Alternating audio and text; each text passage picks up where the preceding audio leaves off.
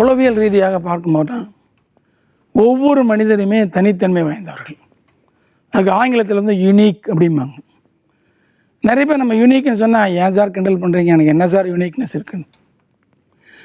நான் பார்க்கக்கூடிய அத்தனை மனிதர்கிட்டையுமே பார்த்தீங்கன்னா ஒரு எபிலிட்டி, ஒரு ஸ்கில், ஒரு கேலிபர், ஒரு பொட்டன்ஷியல், ஒரு கேப்பபிலிட்டிஸ் இல்லாத ஆர்கள் யாருமே கிடையாது. அப்போ எல்லாத்தையும் யூனிக்னஸ் இருக்குது. அது எத்தனை பேர் பயன்படுத்துகிறாங்களோ அவங்க தான் வெற்றியாளர், அவங்க தான் சாதனையாளர் அப்படின்னு கொண்டு போகிறாங்க. அது எப்படி தான் நான் நம்புறது அப்படின்னா அவங்கள நீங்களே 3 கேள்வி கேட்டு பாருங்கள். முதல் கேள்வி, if not me then who, என்னால் முடியாது என்றால் இந்த வேலையை வேறு யாரால் செய்ய முடியும். ரெண்டாவது, if not now then when, இப்போ இல்லைன்னா வேறு எப்போ. மூணாவது கேள்வி, if not here then where, இங்கே இல்லைன்னா வேறு எங்கே. ஸோ இந்த 3 கேள்விகளுக்கு உங்களுக்கு பதில் நீங்கள் கொடுக்க ஆரம்பிச்சிட்டிங்க அப்படின்னா அன்னையிலேருந்து உங்களுடைய வெற்றி ஆரம்பம் அப்படிங்கிறது தான் முக்கியம். அடிக்கடி ஒரு ஆங்கில வார்த்தை ஞாபகம் வரும், nobody can make you inferior without your permission. என்னுடைய அனுமதி இல்லாமல் என்னை வேறு யாராலும் தரைக்கருவாக எடை போட முடியாது அப்படிங்கிறதா உண்மை. திங்க் பண்ணி பாருங்கள். ஸோ என்னையெல்லாம் ஒரு காலத்தில் வந்து ஒரு 20 வருஷத்துக்கு முன்னால் யாராவது முட்டாள் சொன்னாலும் ரொம்ப கோவம் வந்துடும்.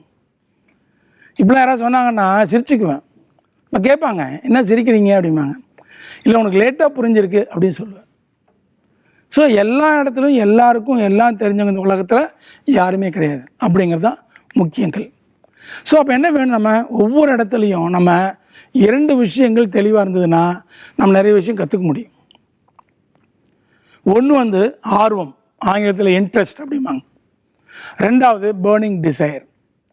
இது வரைக்கும் வாழ்க்கையில் சாதிச்சவங்க அத்தனை பேரும் ஆர்வத்தோடு மட்டுமல்ல வெறியோடு இருந்தவங்க தான் சேர்த்துருக்குறாங்க.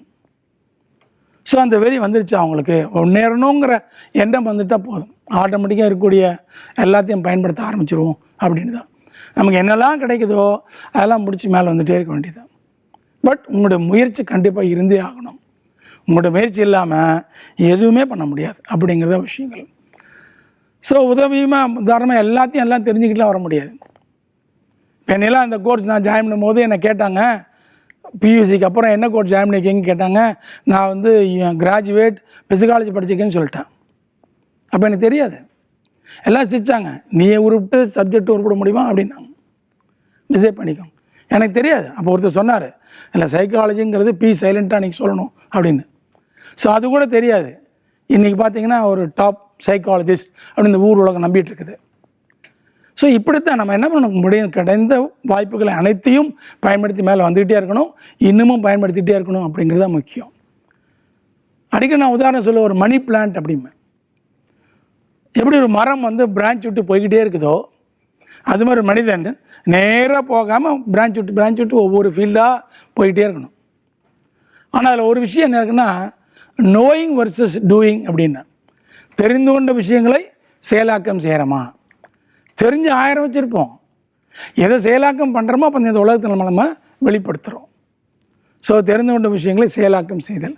நிறைய விஷயம் உங்களுக்கு தெரியும், தெரியாமலாம் இல்லை, பட் செயலாக்கத்தில் கொண்டு வரோமா அப்படிங்கிறதான் அதனுடைய கான்செப்ட் அப்படின்னு.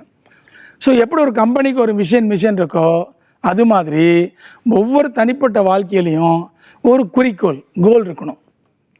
உங்களை யாராவது கூப்பிட்டு கேட்குறாங்கன்னா உங்களுக்கு என்னங்க வாழ்க்கையில் வரணும் ஆசை அப்படின்னா இம்மிடியட்டாக யோசிக்காமல் 3 விஷயம் சொல்லணும்.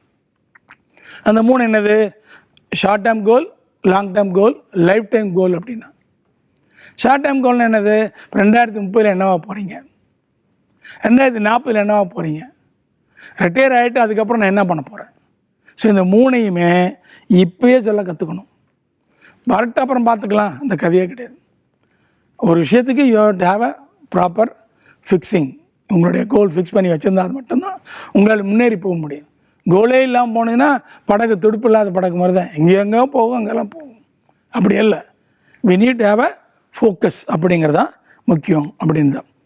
ஸோ பொதுவாக நம்மளுடைய வாழ்க்கையில் வந்து எப்படி இருக்கிறோம் அப்படின்னா, ஒரு சைக்காலஜி எடுத்து பொறுத்த வரைக்கும் எனக்குன்னு ஒரு சைக்காலஜி இருக்குது, அதை நான் தெரிஞ்சுக்கணும். அதுக்கு மேலே என்ன வேணும், என்னுடைய திறமைகள் எனக்கு தெரிஞ்சிருக்கணும்.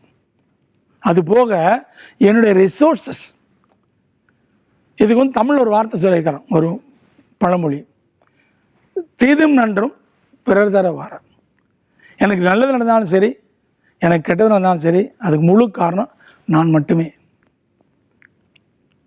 ஸோ அப்படி பார்க்க போனால் உளவியல் ரீதியில் பார்க்க போனால் என்ன வேணும் அப்படின்னா 2 வகையில் ரிசோர்ஸஸ்னால் உங்களுக்கு இருக்கக்கூடிய வளங்கள்,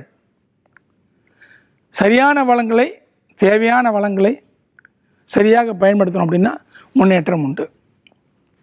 அது வீடாக இருக்கலாம், எங்கேனாலும் இருக்கலாம், சமூகமாக இருக்கலாம், வேலையாக இருக்கலாம், ஆர்கனைசேஷனாக இருக்கலாம், இன்ஸ்டிடியூஷனாக இருக்கலாம். அப்படி தான். ஸோ 2 வகையான ரிசோர்ஸஸ் இருக்குது, வளங்கள் உங்கள்கிட்ட இருக்குது. ஒன்று இன்டர்னலாக எனக்கு உள்ளுக்குள்ளே, உனக்கு எக்ஸ்டர்னலாக எனக்கு வெளியே. இன்டர்னல் என்ன அப்படின்னு கேட்டால் அது உளவியல் என்ன சொல்லணும்னா காக்னிட்டிவ் ஃபங்க்ஷன்ஸ் அப்படின்னு கொண்டு வரட்டும். இந்த காக்னிட்டிவ் ஃபங்க்ஷன் என்னதெல்லாம் சேர்ந்தது அப்படின்னா intelligence, memory, attention, concentration, decision making, problem solving, thinking, reasoning, அப்புறம் இது பர்செப்ஷன், அப்புறம் மோட்டிவேஷன்.